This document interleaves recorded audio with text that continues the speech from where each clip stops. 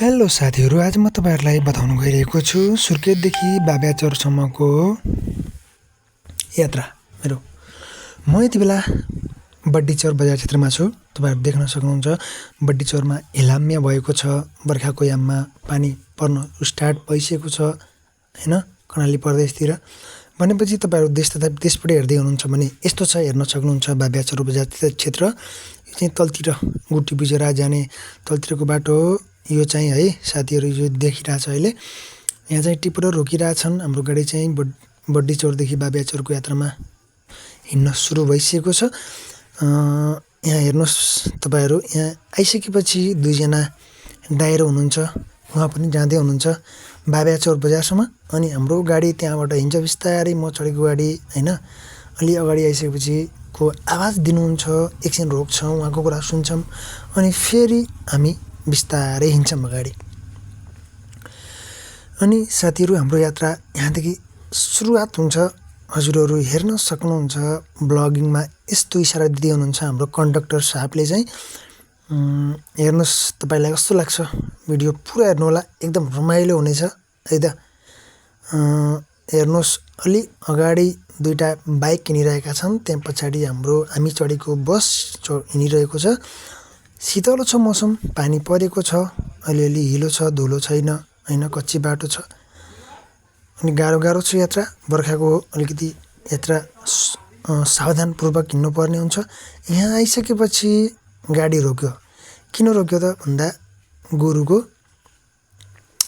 Mobile छुटेको थियो। फेरि mobile लिएर आएर हाम्रो गाडी बड्डीचौरबाट अलि यता अगाडिको गाउँदेखि हिँड्न सुरु हुन्छ। म चाहिँ बिस्तारै भिडियो रेकर्ड गर्दै गाउँ देखाउँदै आउँदैछु। तपाईहरु भिडियोलाई पुरै हेर्नु होला। यहाँ चाहिँ लिचीको बोट्टा, आँपको बोट्टा, सबै बोट्टाहरु छन्, राम्रा घरहरु छन् हैन। समथर ठाउँ छ, एकदम हराभरा गाउँ छ। हेर्नुस् अब यहाँ चाहिँ बत्ती पनि गइरहेको छ, तर एउटै कमजोरी के छ भने बाटो पिच भइरहेको छैन हैन। यस्तै त हो नि, बाटो गडाङगुडुङ छ साथीहरु।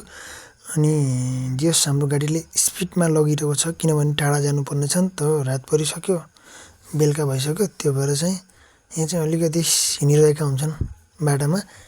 मेरो चाहिँ भिडियो बनाउने काम कन्टिन्यू हुन्छ। जस यहाँका घरहरु चाहिँ चिटिक्क परेका हैन, रोडको छेउमा बस्ती, एकदम रमाइलो बस्ती हैन, टक्क समथर ठाउँ, एकदम रमाइलो लाग्यो क्या मलाई चाहिँ। हेर्नुस् यहाँ चाहिँ कम्पनी रहेछ, सडक विभागको कम्पनी रहेछ। यहाँ चाहिँ टिप्परहरु, जेसीबीहरु, एक्सकाभेटरहरु रोकिराख्नु भएको रहेछ, पानी ट्याङ्करहरु सबै कुरा रहेछ यहाँ चाहिँ। जस खुसी लाग्यो। अनि बिस्तारै हाम्रो अगाडि बढ्छ है। यो चाहिँ बड्डीचौर आसपासकै गाउँ हो है। मैले चाहिँ देखाएँ तपाईलाई, बड्डीचौर आसपासको गाउँ हो हाम्रो यात्रा। बड्डीचौर गाउँदेखि पनि अगाडि बढ्छ। जस खेद्रो अनि सर हराभरा ठाउँ छ हैन। बाटो खासै पक्की छैन, ग्राभेल हालेको बाटो। त्यसैमाथि बर्खा भइसक्यो, गडाङगुडुङ खाल्डाखुल्डी पानी भरिएको छ, वरिपरि हराभरा छ, बिचमा बाटो छ। बिस्तारै हिँड्दै हाम्रो यात्रा अगाडि बढ्छ। बाटो भन्ने निकै गाह्रो छ है, बाटो निकै गाह्रो छ साथीहरु। बड्डीचौरबाट परको गाउँ हो यो गाउँ हो। खेत रोप्दै हुनुहुन्छ कोही त, रोप्न बाँकी पनि छ। यो परको गाउँ हो। यहाँ चाहिँ बाटो अवरुद्ध भएको थियो। यहाँ जेसीबी ठुलो एक्सकाभेटरले बाटो सफा गर्दैछ, रुख पन्छाउँदैछ। हेर्नुस्, रुख पन्छाइसकेपछि हाम्रो गाडी बिस्तारै अगाडि बढ्छ। मैले चाहिँ यहाँ भ्लग बनाएँ।